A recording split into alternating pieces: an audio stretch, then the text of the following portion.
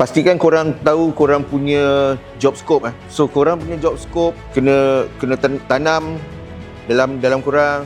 Job scope korang ialah untuk menyelesaikan masalah customer. Okay? Because kita makin lama orang akan kenal.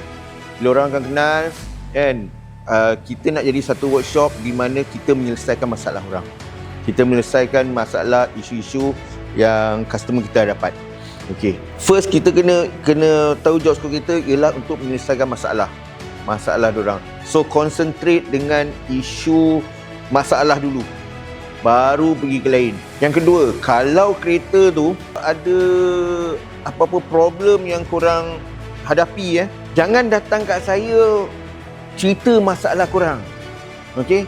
Jadi problem solver.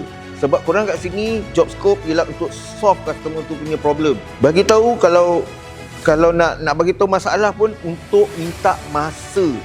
Sebab apa? Kan? Jangan datang macam mana saya nak cakap okey, datang cerita ada masalah lah.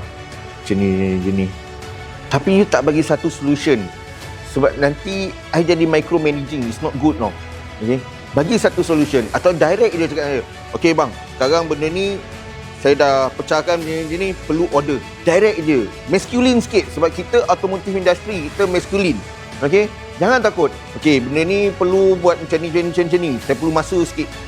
Memanglah korang kena cerita masalah korang. Tapi jangan terlalu emotional. Okey? Bagi satu solution. Senang macam tu. Okey?